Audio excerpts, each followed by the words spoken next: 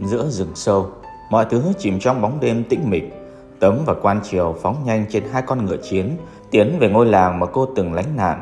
Bỗng nhiên, có tiếng sủa vọng lại từ đằng xa, kèm theo tiếng gió vụt qua từng cành cây. Cám ngẩng đầu, bò ra gần cánh tay Tấm. Hai dâu động đậy không ngừng, vội vàng chui vào trong. Nguy rồi, chị Tấm ơi, đám yêu tinh đang đuổi theo chúng ta. Tấm ra hiệu cho Quan Triều dừng lại. Anh mau mặc áo tàng hình vào, chúng ta tạm tránh mặt đám yêu tinh. Tấm vươn mình biến thành một con chim vàng anh, bay lên một cái cành cây gần đó. Ôi, sao chị làm được hay vậy? Cám hỏi. Khi ở dân gian, ta đã được một vị pháp sư dạy cho vài chiêu biến hóa để phòng thân. Đúng lúc ấy đám quỷ đuổi tới. Chúng dừng lại nhìn hai con ngựa. Trong khi đó, con chó vẫn tiếp tục đánh hơi xung quanh, rồi hướng mắt lên cành cây sủa inh ỏi. Bỗng nhiên, nó quay mặt về phía ba con quỷ rồi lao vào tấn công, khiến chúng ôm nhau sợ hãi. Thế nhưng con chó cứ thế chạy qua ba con quỷ rồi tung một cú đớp về phía không trung. Quá bất ngờ, Quan Triều dù tránh được cú đớp nhưng vẫn bị mất đà, ngã nhào xuống đất, đánh rơi chiếc áo tàng hình xuống nền cỏ. Khi anh tính đưa tay lấy lại chiếc áo thì con chó dẫm lên, nó gầm gừ tiến lại. Đám quỷ quay lại, nhanh chóng dùng dây thừng trói Quan Triều lại và tịch thu áo tàng hình. Không có Tấm, chúng ta giao nộp tên này cùng bảo bối, chắc cũng được thưởng hậu hĩnh. Tên tóc đỏ nói. Cũng có lý, nhưng trước tiên phải trả lại món nợ mà hắn đã làm với chúng ta đã. Quỷ tóc xanh lên tiếng, tay cầm chắc một cái gậy lớn, vung tay tính đánh Quan Triều thì nghe thấy tiếng nói từ trên cao. Dừng lại! Tấm bay thẳng xuống đất, hóa thành người. Cám thấy thế, trèo trở lại cành cây, ở đó ngóng tình hình, trong đầu nghĩ thầm. Em xin lỗi chị, nhưng em thật sự cần gặp mẹ lần cuối hơn. Tha cho anh ta sẽ theo các ngươi về gặp Tị Phi. Xin hoàng hậu, hãy chạy đi! Quan Triều giãy giụa nhưng bị tên quỷ tóc trắng đập một cái thật mạnh vào bụng. Hắn lôi ra con dao cất ở sau lưng và ra hiệu cho con chó xông lên.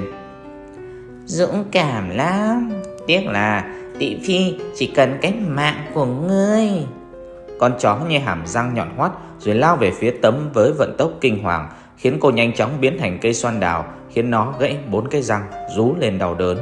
Ba con quỷ thế vậy cầm dây thừng xông tới, trói chặt cây xoan đào. Con quỷ tóc trắng tính dùng dao chém vào cái cây thì một tia sét từ trên trời phóng xuống, phát ra tiếng nổ lớn khiến ba tên văng ra xa. Sau đó, Thạch Xanh và Cường Bạo nhảy xuống đất. Chim Thần đậu tạm trên một cái cây cao chờ đợi. Lũ yêu các người hôm nay tới số rồi.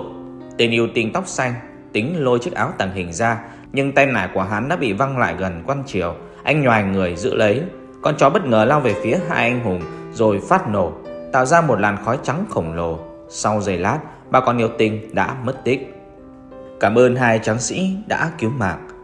Tấm biến về thành người, nghiêng mình cảm ơn hai anh hùng. Thạch Xanh và Cường Bạo nhanh chóng nhận ra hoàng hậu nên vội chắp tay.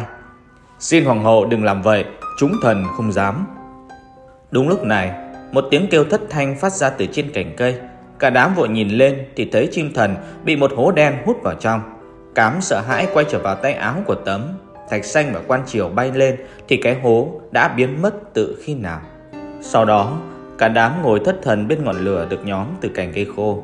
Họ kể cho nhau nghe về câu chuyện của mình và thắc mắc về sự mất tích bí ẩn của Chim Thần.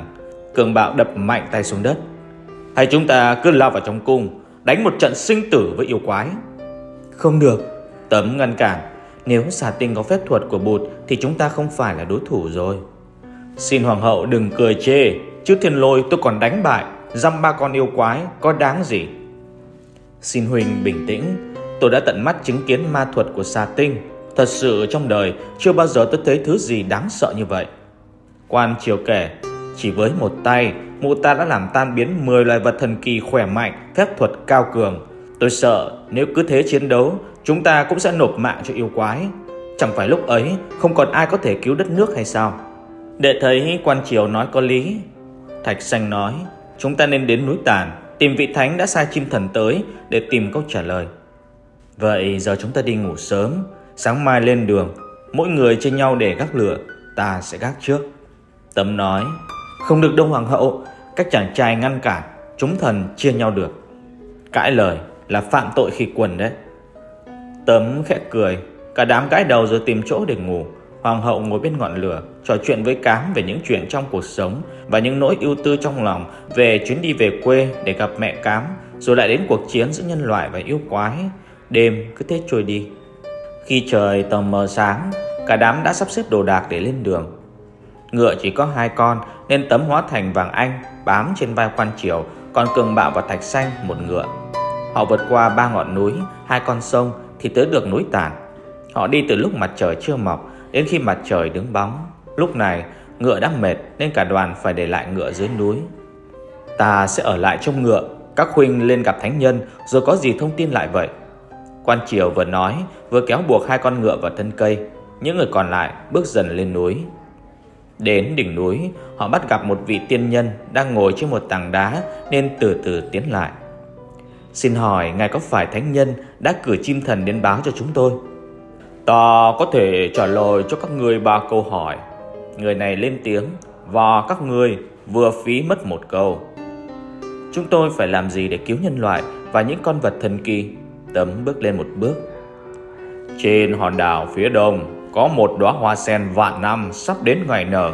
Nếu các ngươi cho nó hấp thụ Long Châu ở Hồ Tây và Tiên Châu ở núi Vặn, ma quỷ sẽ bị tiêu tan. Tại sao ngươi không giúp nhân loại luôn? Cường Bạo lên tiếng. Ta vốn ở giữa trời người nên chỉ có thể làm kẻ trung gian. Tiết lộ chút thiên cơ chẳng phải đã là giúp sức hay sao? Thay vì trách ta, các ngươi nên nhanh chóng lên đường mà tìm bảo vật. Cả đám nhìn nhau rồi cảm tạ, quay lưng bước đi. Bất chợt thánh nhân nói vọng lại. Đôi khi sự sống được kéo dài chỉ vì chưa đến lúc kết thúc.